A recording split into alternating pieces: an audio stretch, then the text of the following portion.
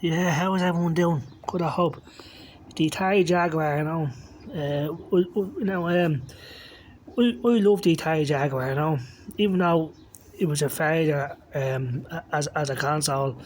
It had some good games on it, and because of that, I like it, And Wolfenstein 3D is one of my favourite games on the Atari Jaguar, and it's a cartridge-based console. It came out in 1993, and it was a 64-bit interactive multimedia system, and it was meant to be the world's first 64-bit system. And at the time, it was going up against the Sega Mega Drive, Super Nintendo, and the 3DO. So the Jaguar, like I said, it was a failure, unfortunately. But I like the Jaguar, because it has some good games on it. And Wolfenstein 3D, I love first-person shooters, and Wolfenstein 3D is awesome. Doom is awesome. Alien vs Predator is pretty cool. Iron Soldier, Atari Carts. These are all good games, in my opinion, on the Jaguar. And I think it looks cool, It's a cool looking design. And for the time, 1993, I remember going to the Virgin Megastore in town to get it.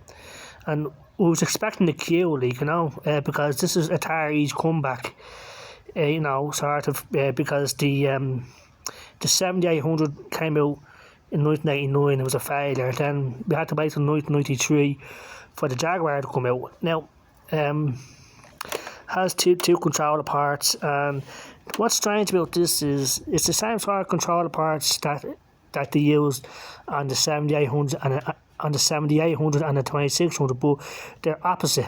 They're not. So like 2600 and 7800 joysticks won't work on this. For some reason, Atari changed it for whatever reason. So I believe the only controllers you can use with the Jaguar are the actual Jaguar controllers, which aren't that bad. 3 buttons, a big number pad, no shoulder buttons, a D-pad, a option button, a pause button. It was good for the sort of games that were out at the time, but the number pad was not needed, in my opinion, but they used it anyway because they had that on the 5200 and they thought it looked good. So why was it called a multimedia system if all it can do is play cartridge games? Well, near the end of the Jaguar's life, they brought out the Atari Jaguar CD that would sit in here, you sit in the cartridge slot, and they could play music CDs and CD games on CD. Plus, you could put your cartridge. It sort of looked like a toilet, actually. It's sort of appear just a lid like this, and the back part would be the cartridge, so it looked like a toilet.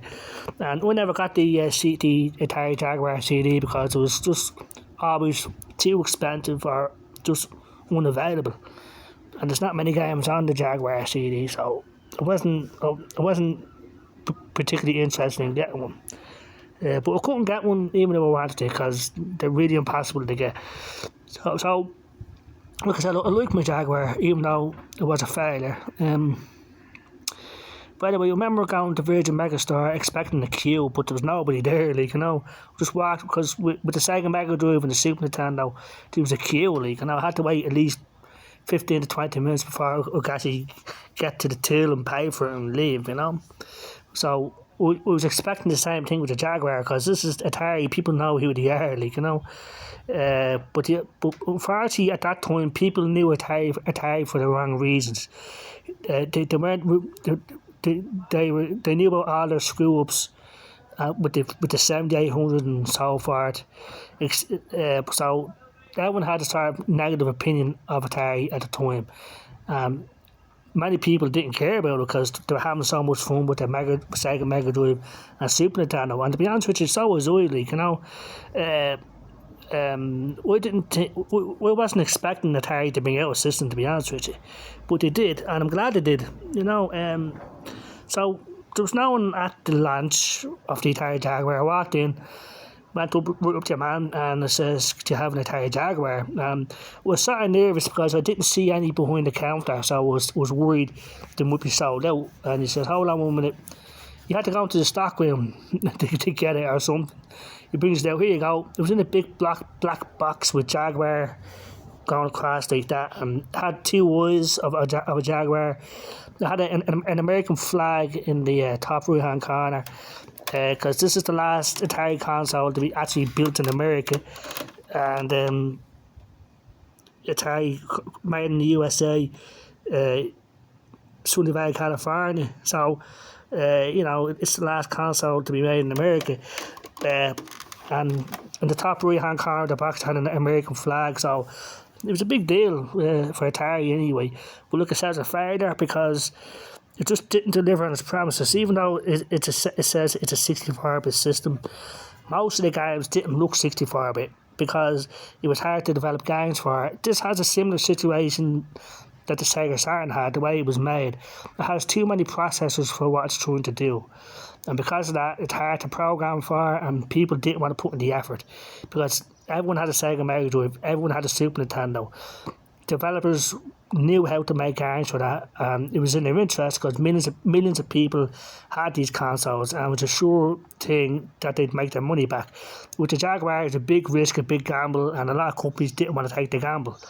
And they made the right decision, unfortunately, for Atari, because they... Now, it did get some third-party support, but not much. There's not many games. There's less than 100 games, I believe, for the Jaguar, because many people just didn't want to make games for it. But in my opinion, the Jaguar does have a few good games, to make it worth it, in my opinion, But, I remember getting it, and these games just seemed very mediocre. They didn't seem like 64-bit. I loved it and was defending it for a long time. But it just ran out of steam and ran out of games, and eventually I lost interest, and I put it in my attic and stayed there for a long time. I was trying to take it out to see if it still works, and it does, Like I said, there's not that many games, and most of them are mediocre. Like Wolfenstein 3D is good, Doom is good, Alien vs Predator is good, Atari Cards is good, Orange Soldier is good. But apart from that, there's nothing else really, There's a Missile Command 3D, which is very expensive. I don't know why. There's no Centipede game, as far as I know, on the Jaguar, which is a big misstep. And there's no Asteroids as well, as far as I know. So I don't know why. Now I know there's a Breakout 2000, but I don't think that was an official game from Atari. I'm not too sure. But what I'm saying is the big Atari games that we expected to come out for the Jaguar didn't come out, except for Missile Command 3D, which is very, very expensive.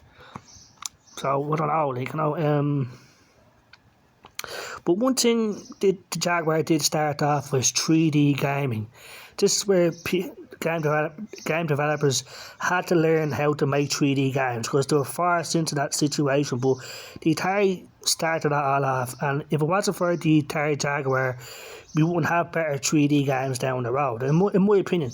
Like with the PlayStation and N64 and so forth, because someone had to be the guinea pig, someone had to experiment, and it was the Jaguar. But unfortunately, the Jaguar failed. But it gave developers, showed them how to do things, which is awesome. So that's why I love the Jaguar. If it wasn't for the Jaguar, we wouldn't have awesome gaming experiences down the road with the Sony PlayStation and N64 and so forth. So because of that, I have huge respect for the Jaguar, even though it's a failure.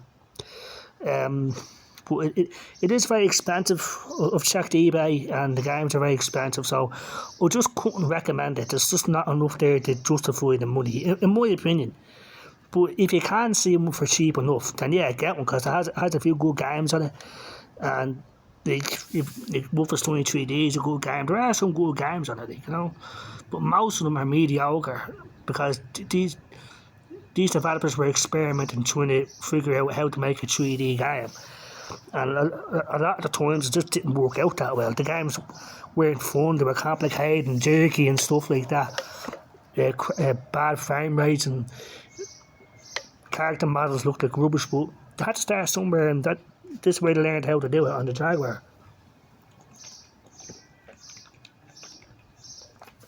But some strange design choices from Atari here. The system won't turn on. If I take this out, the system won't turn on. So that's one thing, you know.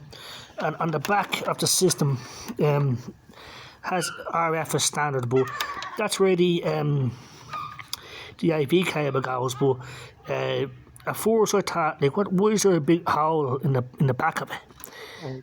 You know. There was other systems to be like a cover there or something like that, but that's just the way it is.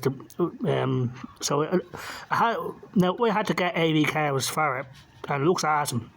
So that's the way to go. Get a SCART lead that has RGB, but you have to get a SCART to HDMI converter for a 4K television. So if you are going to get a Jaguar, you're going to have to get a SCART to HDMI converter or a composite to HDMI converter, which will cost you money as well. So it's just going to cost you a lot of money to enjoy the Jaguar on a modern TV. So it's just a word of warning. Now, I don't know what that does. That's the power lid. So just if you are going to get a Jaguar, it's going to cost you a lot of money to enjoy it, and I couldn't recommend it, even though I like it, even though I do like the Jaguar. And I think it's just a shame that, like, if Atari had made this the same way as the Sega Mega Drive, make it easy for developers to make games for it, would have a better chance. Because now at the time was really hard for 64-bit, but Atari knew they had to do something to stand out from the crowd, show them that they're better than Sega and Nintendo. But if you're going to do that, you have to deliver, you know what I mean? But they did. And it was more expensive than the Sega Mega Drive when the Super Nintendo, which didn't help either. And that was pretty much it. It came out in 1993. It was finished by 1995. The Atari Jaguar CD came out in 1995. It was dead. About 15 or so CD-based games came out for the Jaguar, and that was it. And it was considered a failure, a commercial failure for Atari, and just a shame, you know. But it is a good system, even though, in my opinion, but it both is 3D, but there's just not enough there to justify it, you know, in my opinion. So it's just a shame, you know. But I do like it. I do like the Atari Jaguar. But like I said, if you are going to get one, and if you have a 4K television, RF won't work, you know. You have to get an RGB SCART cable or a composite cable. Then you have to get a SCART or composite to HDMI converter. So set that up, and it's just a lot of hassle, a lot of money. But I did it because I want to have the best picture and sound quality for the Jaguar, and the adapter, like, you have to have the Jaguar official power adapter. You know, I wouldn't recommend using any other sort of adapter on it, like, you know. So that's pretty much it, like, you know. There was a 6-button Jaguar controller, but it's very expensive, and it's not needed, in my opinion. All you need for these games are 3 buttons, like, you know. So that's it. The Atari Jaguar, I mean, I like it, even though it's a failure. Was waiting a long time till 2020 until Atari released the Atari VCS, which is awesome in my opinion. But with the Jaguar, like, it just didn't deliver. It was overpriced, and it had mediocre games at best. Even though it does have a few good games, and I want to stress this: I love my Jaguar. That's why I kept it all these years, and I look after it. Yeah, because I like it. I like playing games on it. The games I have anyway. But apart from that, I just couldn't recommend it. So I hope everyone has a good day. Take care, bye bye.